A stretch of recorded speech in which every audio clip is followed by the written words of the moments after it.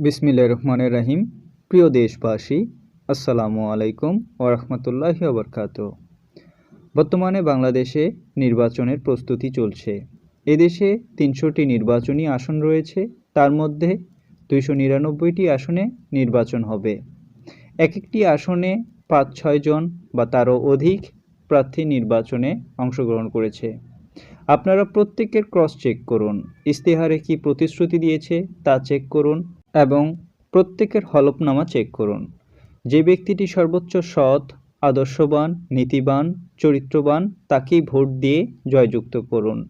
যে ব্যক্তি কোনো অবৈধ টাকার প্রতি লোভ নেই, যে ব্যক্তিটির একাধিক কোনো নারীর সাথে সম্পর্ক রয়েছে এমন কোনো রেকর্ড নেই, যে ব্যক্তিটি নেশাখোর নয়, যে ব্যক্তিটি সবচাইতে ভালো মানুষ, দেশ ও সমাজের জন্য ভালো ভালো কাজ করতে চায়, তাকেই আপনারা ভোট দিয়ে নির্বাচিত করুন। কোনো দুর্নীতিবাজ, চাঁদাবাজ, চরিত্রহীন ব্যক্তিকে ভোট দিয়ে সংসদে পাঠাবেন না। দল দেখে নয়, আপনার আসনের প্রত্যেকটি প্রার্থীর তথ্য চেক করুন।